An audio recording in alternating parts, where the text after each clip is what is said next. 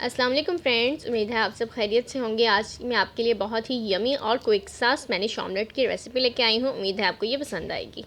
इसके लिए आपके पास एक प्याज, एक आलू और एक अंडा होना चाहिए। ये देखें, आलू और प्याज को इस तरीके से बारीक बारीक कट कर लिया है। अब एक पैन में ऑयल ले लेंगे और इसमें आलू और प्याज को डाल के अच्छे से फ्राई कर लेंगे। 10 से 15 मिनट के लिए इसको ऐसे ही तेज़ आंच पे फ्राई करेंगे।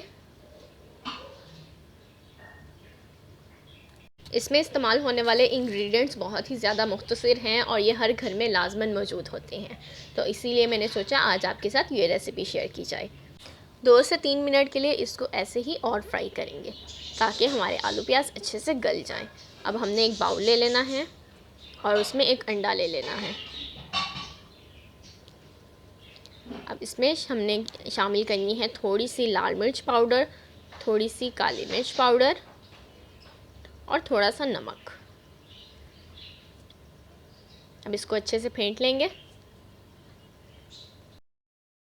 अब इसमें आलू प्याज शामिल करके इसको अच्छे से मिक्स कर लेंगे।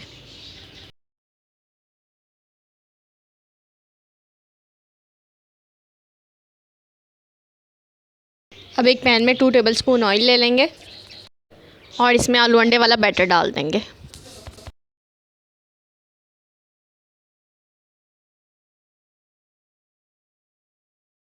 अब इसको लो फ्लेम पे कुछ देर ऐसे ही कुक करेंगे। इसको साइड बाय साइड दोनों साइडों से हल्की आंच पे थोड़ी थोड़ी देर के लिए कुक करेंगे और हमारा मज़ेदार सा ये स्पेनिश ऑमलेट रेडी हो जाएगा। मेरे पास एक हरी मिर्च बारीक कटी हुई है, वो मैं इसके ऊपर डाल दूँगी।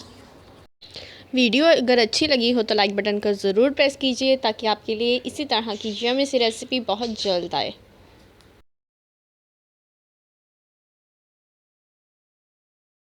मेरी नेक्स्ट रेसिपी तक के लिए अपने प्यारों का ख्याल रखें। मुझे भी दुआओं में याद रखें। अल्लाह हाफिज़।